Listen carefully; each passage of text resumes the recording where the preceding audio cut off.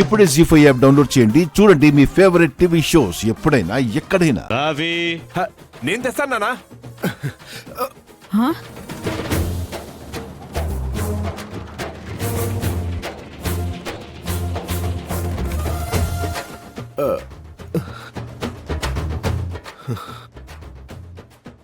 ఏంటి అలా చూస్తున్నావు?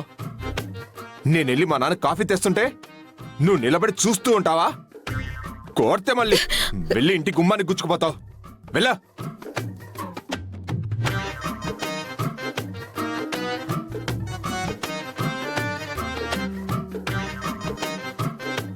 మావయ్య గారు, ఇదిగోండి కాఫీ. ఇంకా జిడ్డు మొహం వేసుకొని అలా నిలబడతావేంటి?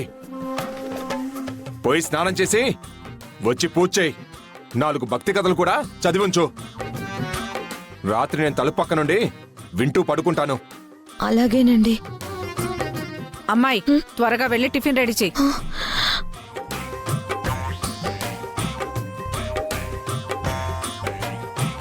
ఇంకా ఎందుకు నిలబడ్డావు? వెళ్ళు.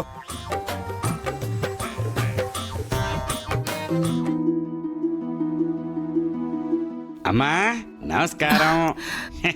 పంతులు గారు రండి రండి, కూర్చోండి.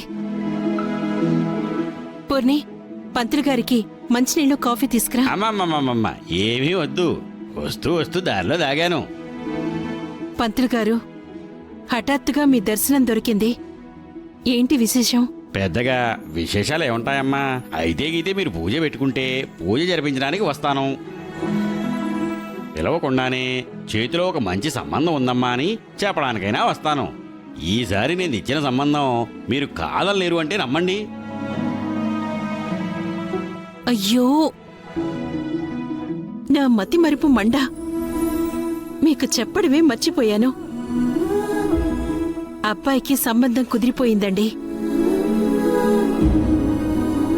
ఇప్పుడు మీరు శ్రమ తీసుకోకండి. మంచి మాట చెప్పారమ్మా.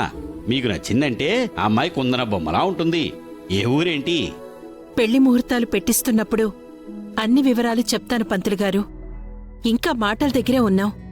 అన్నీ కుదరగానే మీకు కబురు పెడతాను. మంచిదమ్మా, ఉంటాను. మంచిది.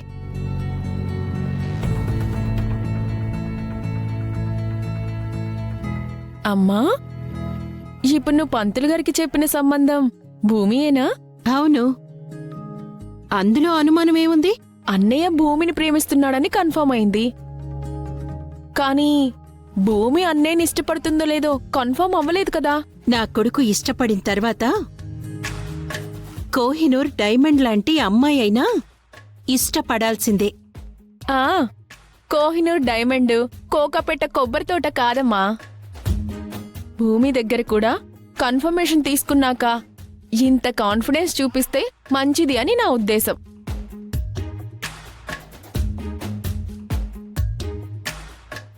జీ5 యాప్ డౌన్లోడ్ చేసి అన్ని ఎపిసోడ్స్ పూర్తి ఉచితంగా చూడండి.